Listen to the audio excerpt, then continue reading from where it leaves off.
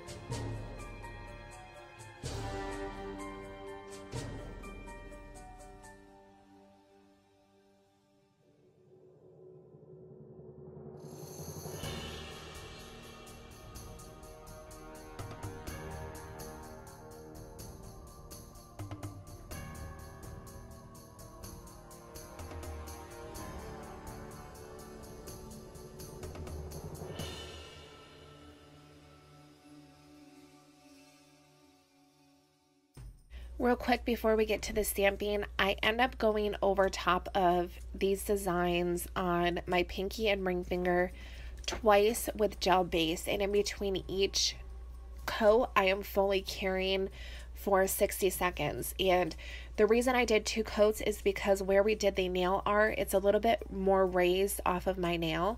So I do 2 coats just so that I have some wiggle room to file and buff later on. Now, On my fingers, the green stuff is a mani mask from Maniology, and I hate it. I need to get different like peel stuff that I can put around my cuticle area so that I can clean up my nail stamping easier. The stamping polish I'm using is a sticky stamping polish. I know that Maniology now offers a sticky polish, but at the time that I wanted this, Triple D was the only one that I knew was offering this, so that is who this polish is from, but I'm pretty sure Maniology has them on their website now. But what we're going to be doing is chroming stamping. How fun is that? So first I'm going to take my sticky polish, my sticky stamping polish, and I'm going to pick up my image and stamp that on my middle finger. And then I let it sit, I want to say maybe like 10 to 15 seconds. And then I go in with my chrome, and this chrome powder is from OG Dip Powder. Everything will be linked down below as usual. And I'm just kind of patting on that chrome. And you can't really see the design right now, but I'm going to brush it off and you'll be able to see it. Then for my index finger, I wanted to use that little spider, and I wanted to use the Jack Skeleton face. So I'm doing the same exact thing. I'm picking up my stamping image, and I am going to stamp those. Now, one thing that happened, and when my nails were glossy still, because I wanted these to be matte, but when they were glossy, you could still see my spider. But after I made them matte, I noticed I did not get off all of the chrome powder, because matte nails show any and all imperfections. Anything that was left on your nail, it's going to show up. So I actually ended up not brushing off enough of that powder before I put my matte top coat on, and unfortunately my little spider looks like a smushed spider, and it's poor guy. So just make sure, I would even let this dry completely and then brush off with a brush, and then maybe take your finger and just try to go in and get off all of that extra. So here I am dusting off the chrome powder, and you can see like they look good right here, but and when they're glossy also they look good, but when I do the matte top coat you'll be able to see. I realized that I wanted to do that Bone Daddy saying up there on my middle finger, so I got my stamping stuff back out after I took care of it, and I'm going in with a white stamping polish. This one is also from Triple D, and I'm just going to stamp that. I didn't chrome this one or anything, so you could use a regular stamping polish if you didn't have like a sticky white. I'm going to put that on, and then I'm taking my Maniology No Smudge top coat, and I'm floating this over my nails. So I'm not touching my nails because that will smear my image. I am just floating it over, so it's a pretty thick layer, but you can see they look really nice glossy. So if you wanted to leave these glossy, this is what your nails would look like, and I think that they are absolutely beautiful. But here I am, I'm going in with the OG Dip Powder matte top coat. It's a velvet matte top coat, and I absolutely love it. It's my favorite matte top coat. And I'm going over all of my nails, and then I'm going to fully cure them for 60 seconds. I love how my pinky, ring finger, and middle finger came out, but my pointer finger, unfortunately, like I said, I had a little bit of like smudging and stuff. But I absolutely love how they look matte.